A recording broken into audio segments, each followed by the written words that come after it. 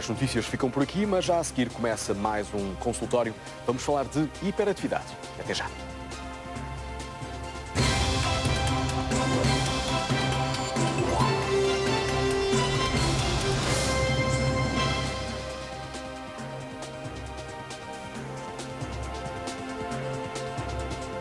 Mais uma vez, bom dia. Está aberto mais um consultório, as manhãs do TV24, a pensar na sua saúde e nos assuntos que dizem respeito ao nosso bem-estar.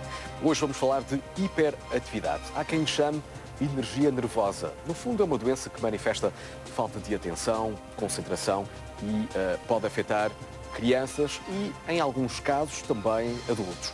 Causas, sintomas e tratamentos são os motes da conversa que começa agora, sempre com a sua participação. Já sabe, é fundamental a sua participação neste consultório. Muito fácil, a nossa linha é o 21 044 11 45. Para falar de hiperatividade, para colocar alguma dúvida ou para relatar algum caso que conheça, ligue já, 21 044 11 45. É meu convidado Armando Fernandes, pediatra. Doutor, muito bom dia. Muito bom dia. Muito obrigado por estar connosco. Hiperatividade. E entramos então na definição clínica. É a incapacidade de estar quieto ou é muito mais do que isso? Muito bom dia, muito obrigado pelo convite. É sempre uma honra vir à TVI, neste caso à TVI 24.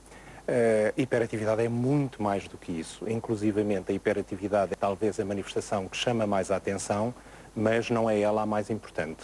De acordo com os critérios classificativos, o que é mais importante é a desatenção. E depois poderá estar associada ou não a hiperatividade e impulsividade. Claro está que a desatenção é que vai hipotecar, na maior parte das situações, o desempenho daquela criança no futuro, porque poderá vir a ter problemas de aprendizagem. A hiperatividade é o que é mais chamativo e, por isso, os rapazes, como são habitualmente como grupo mais hiperativos que as raparigas, que são mais desatentas, são muito mais facilmente identificados, diagnosticados, tratados, e as meninas, que muitas vezes são desatentas, vão ficando para trás e elas é que são o verdadeiro problema, porque depois vão ser ajudadas muitas vezes tardiamente. Está a dizer-nos que, a partir os rapazes têm mais energia que as raparigas?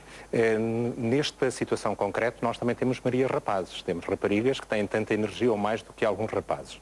O que eu lhe estava a chamar a atenção é para que o nome correto desta perturbação não deverá ser hiperatividade, mas perturbação por déficit de atenção com hiperatividade.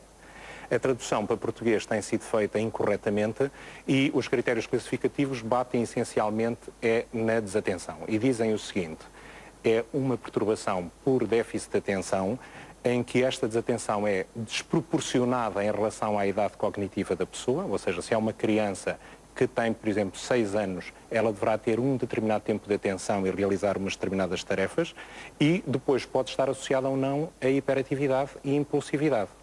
Claro está que isto tem que ter os seguintes critérios para podermos pôr o diagnóstico. Além disto, terá que aparecer em algumas manifestações antes dos 7 anos de idade. Este critério tem sido discutido por alguns autores que tentam alargar o seu âmbito.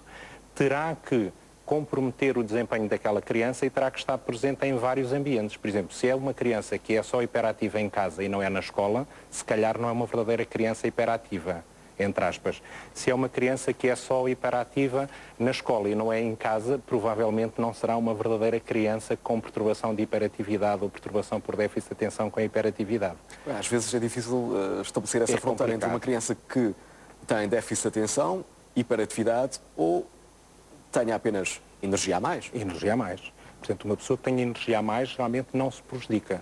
Nós, em desenvolvimento, para fazermos um diagnóstico, temos sempre uma lista de sinais e sintomas que terá que estar presente determinado tempo. Por exemplo, nesta situação concreta, tem que estar pelo menos presente durante 6 meses e tem que ter duas coisas. Tem que ter uma intensidade superior à que seria esperada e, fundamental, tem que prejudicar a criança. Portanto, se a criança não se prejudicar ou não se perturbar, não podemos chamar uma perturbação. Portanto, um miúdo muito mexido, mas que não tem problemas de interação, que não tem problemas de aprendizagem, que não tem nenhum conflito, que é um bom aluno, em princípio não terá um diagnóstico de hiperatividade. Doutores, e quanto aos sintomas?